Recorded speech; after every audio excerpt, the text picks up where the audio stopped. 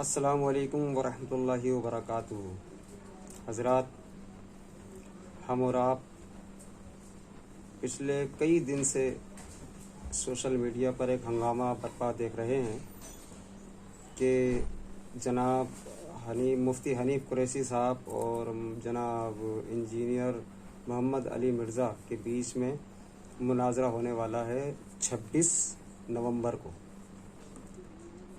مگر 26 نومبر نکل بھی گیا اور یہ لوگ مناظرے کے لیے گئے بھی اور مناظرہ ہوا بھی نہیں، نہ انہیں اجازت ملی، نہ ہی اندر جا پائے اور نہ ہی مناظرہ ہو پایا۔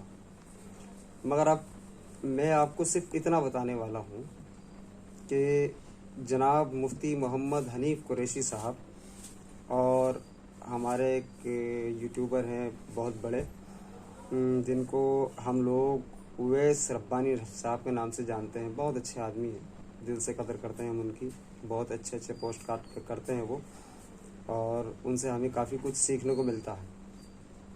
اور اب ہم اور آپ یہ دیکھتے ہیں کہ اہل سنت والجماعت کی طرف سے جناب محمد حنیف قریشی صاحب محمد انجینئر علی مرزا سے مناظرہ کرنے کے لیے 26 نومبر کو چلے گئے، مگر اب ہم اہل سنت والجماعت کے ایک عالم اور ہیں، عالم کیا سارے عالم ہیں لگ بھگ، تو ان میں سے ایک عالم کا موقف دیکھتے ہیں۔ جناب محمد شاہد عمران جلالی صاحب کا موقف دیتے ہیں کہ ان کا موقف محمد انجینئر مرزا کے لیے اور جناب مفتی حنیف قریشی صاحب کے لیے کیا ہے۔ اب ان کا پہلے آپ موقف سن لیں، اس کے بعد انشاءاللہ آگے بات کرتے ہیں۔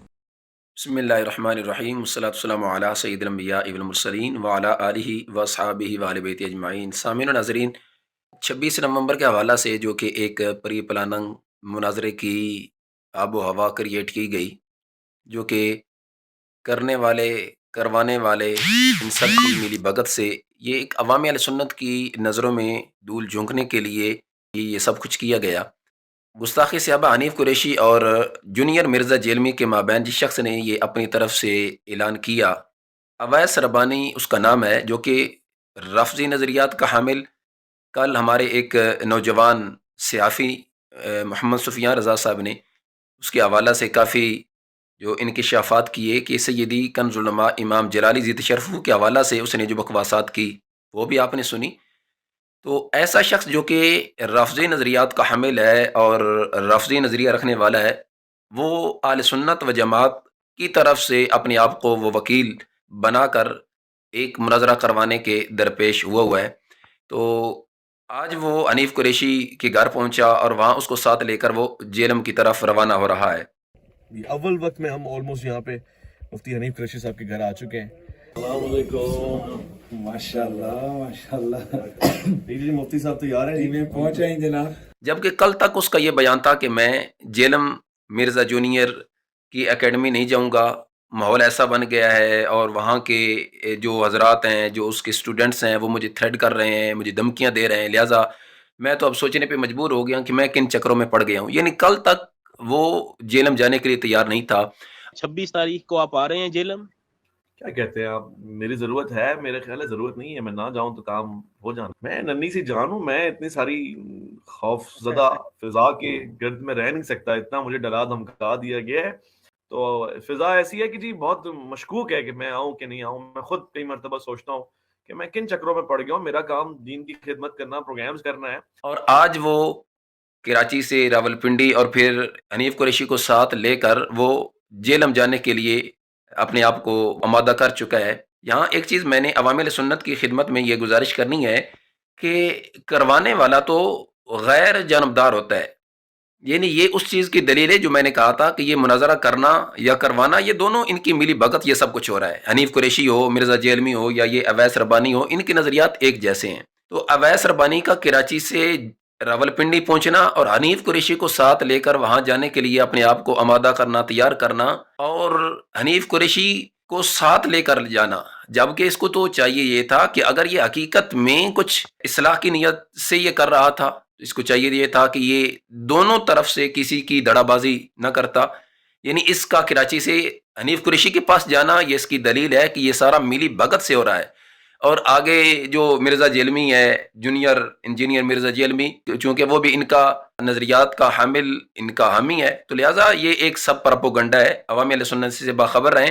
صرف اور صرف حنیف قریشی عوامی اہل سنت کی توجہات چاہ رہا ہے، چونکہ اس نے جو پیچھے سیدنا عمر بن عاص رضی اللہ تعالیٰ عنہ کی توہین گستاخی کی، عوامی اہل سنت سے کی طرف سے اسے ایک سخت ریئیکشن ملا، اسے ریجیکٹ کیا گیا، اس کے پروگرام منسوخ ہوئے.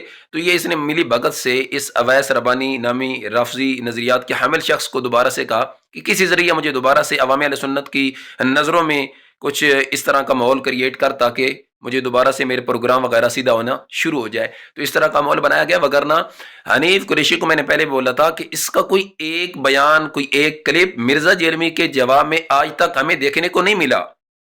مرزا جیلمی جو اس پر اعتراضات کرے گا، یہ کیا جواب دے گا؟ اس نے آج تک تو اس کا کوئی جواب دیا نہیں. فی البدی یہ اس کو کیا جواب دے گا؟ تو لہٰذا یہ سارا پروپیگنڈا ہے. اور یہ اویس ربانی نامی شخص جو کہ محض اپنے چینل کی ریٹنگ کے لیے، ویوز کے لیے اس طرح کی اس نے حرکتیں کی ہیں، مگر اب اس کو مشکل ہو جائے گا اپنا دفاع کرنا، اپنے چینل کو چلانا اور اس طرح کی گفتگو کر کے اپنے آپ کو فیمس کرنا. اس کے لیے میں تو یہ سمجھتا ہوں مشکل ہو جائے گا. ادارے بھی نوٹ کریں، یہ شخص جس طرح کی ایک سچویشن کریٹ کر رہا ہے، جس طرح کا ماحول یہ بنا رہا ہے، اس کے خلاف کارروائی کی جائے، اس کو پکڑا جائے. اگر اس نے مناظرہ کروانا تھا تو دونوں کے مابین یہ پہلے طے کرواتا کہ مناظرہ ہونا ہے، مگر اس نے ایسا نہیں کیا.